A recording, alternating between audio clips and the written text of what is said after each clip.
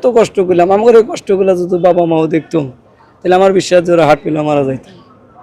এতগুলো কষ্ট করলাম, গরু বিক্রি করতে পারলাম না, গরু ফেরত নিয়ে গেতেছি, এর উপরে আর মনে কষ্ট আছে। হাটে যাবো, যা গরুর কিছু আনন্দ হিসাবে বাড়িতে যাবো, কিন্তু যাইতে পারলাম না, খুব মনে কষ্ট নিয়ে যাইতে পারলাম, খুব মনে আক্ষেপ। কেন গরু বিক্রি করতে পারলাম না, গরু ফেরত নিয়ে গেতেছি, এর উপরে আর মনে কষ্ট আছে। যে কষ্টের কষ্ট, গাড়িতে ওড়ান নামান খুব কষ্ট, বুঝছেন, জানের তো নিরাপত্তা নাই। সেপনিল প্রাণঘাতী জীবাণুদের বিরুদ্ধেও দারুণ কার্যকর। আপনারা কয়জন আসছিলেন? এই 5 জনই ছিলাম।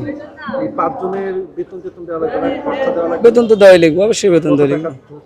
তা 5 জনের এর মিনিমাম যদি নাও দেয় 50,000 টাকা দেওয়া লাগবে।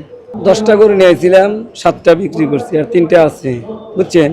এই 3টা আছে, তাতে এই 7টার ভিতরেই কামলা খরচ টরচ দিয়া লাখ 4 টাকা লস হয়ে যাবে। এগুলো কি নিজের খামারে পালতেন? খামারের কিছু আছে, কিছু কিনে লিয়েছি। এখন কষ্ট করে লালন পালন করছি, যে সালা আর 2টো বড় আশা করে আছে ঢাকায় যায় 2 টাকা কামাম, তা তার কামাইতে পারলাম না। আরও চালানো থেকে এই ঢাকার বাড়ি টাকা ছুঁয়ে গেলাম। বাড়ির সদস্য তো কষ্ট তো এখনই পাইতেছে, কিন্তু তারপরেও আমরা এরকমই করলাম, আমরাই বেশি কষ্ট পাইতেছি। শালার এত কষ্ট করলাম, আমার এই কষ্টগুলো যদি বাবা মাও দেখতো তাহলে আমার বিশ্বাস যে ওরা হাট পেলে মারা যাইত।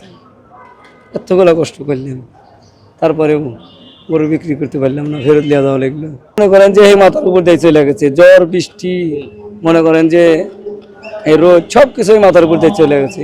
ঠোঙ্গাটা নাই, যে জ্বর আসে তাদের ঠোঙ্গা মঙ্গাগুলো সব উড়া নিয়ে যায়, সব বৃষ্টি জ্বর সব মাথার উপর দিয়ে চলে যায়। খাওয়া কখনকার খাওয়া কখন খাই বোঝেন নাই। সকালে দোকানে যায় কলা পাউরুটি খাই, আর সারাদিনকার খাওয়ার কথাই মনে করে না, কখন খামো গরুলিয়া ই করি যে বেচতে পারি না, এটা একটু তোর চিন্তা। রাত্রে যায় গরু ডাইল ভাত খাই, খায়া তো তাও হার রাত আবার এই যে গরুর পিছনেই থাকা লাগে।